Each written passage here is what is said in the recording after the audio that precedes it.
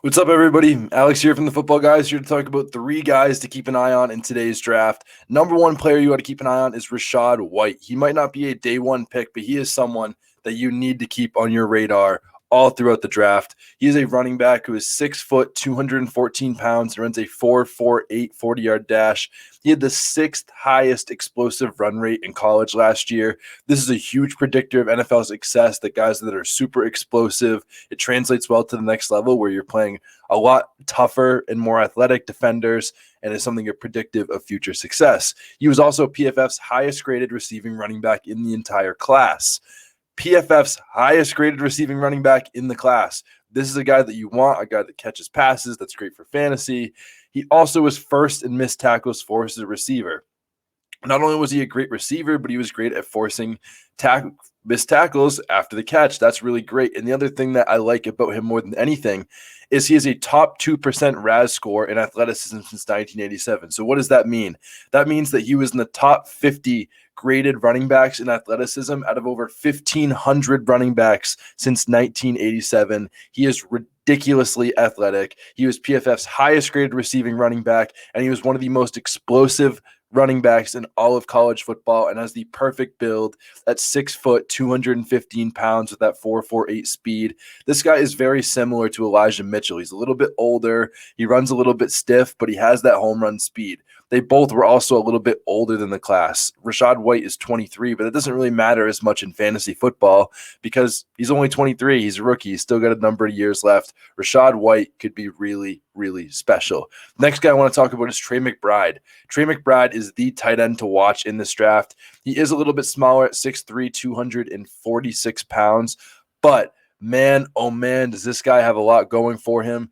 He was a top 20% RAS score athlete since 1987. That is critical for the tight ends. Guys that are super athletic are always so much better than guys that are not as athletic. We rarely see non-athletic guys break out. The rare examples are guys like Zach Ertz. But when you think about the top tight ends in the entire NFL, you think of Travis Kelce, George Kittle, Mark Andrews, Kyle Pitts, Darren Waller, all guys that are ridiculously athletic. Trey McBride is one of those guys that is ridiculously athletic. He led the country last year with 90 catches.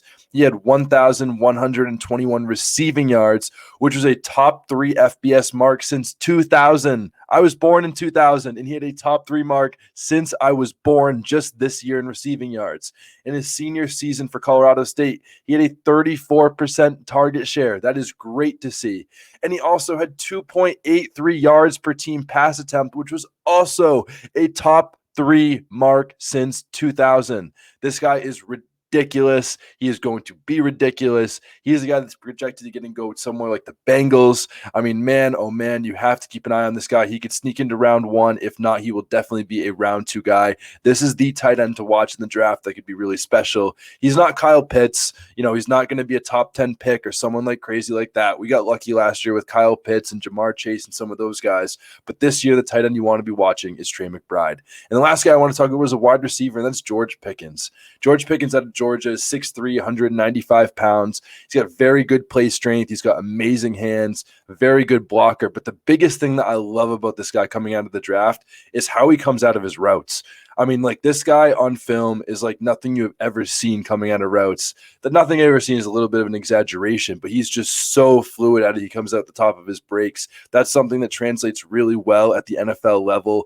The biggest thing for concern, though, is he did have ACL surgery in 2021, which obviously, is a little bit of a cause for concern. There are some maturity issues. But, man, when this guy is healthy, I think he can compete with the best of them. I still think that there's better wide receivers in him this draft, but this is a guy that you want to watch on day 2 that'll probably be a round 2 or round 3 pick that could be absolutely awesome in the NFL. One of my favorite wide receivers in this class.